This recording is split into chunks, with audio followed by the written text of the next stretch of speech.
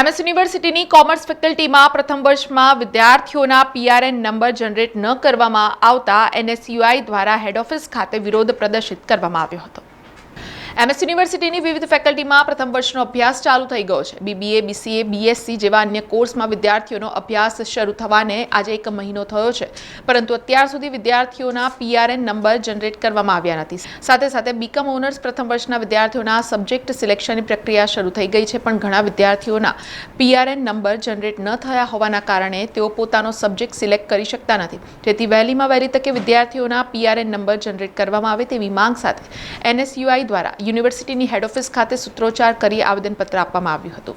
જે રીતે પ્રથમ વર્ષના જે અભ્યાસ છે તે દરેક ફેકલ્ટીમાં ચાલુ થઈ ગયા છે, પરંતુ હજી સુધી જે છે તેઓના પીઆરએન નંબર જનરેટ નથી કરવામાં આવ્યા। ફેકલ્ટીઓ દ્વારા આજે જોશો કે બીબીએ ચાલુ થયા, બીબીએમાં જે પ્રથમ વર્ષનો અભ્યાસ છે તે ચાલુ થયે 1 મહિના ઉપર થઈ ગયો છે, પરંતુ હજી સુધી તેઓના પીઆરએન જનરેટ નથી થયા। પીઆરએન નંબર એટલે કે પીઆરએન થી એ લોકો આઈડી કાર્ડ પોતાનું ડાઉનલોડ કરી શકે, સાથે સાથે તેઓના જે રિઝલ્ટ ને બધું ચેક કરી શકે।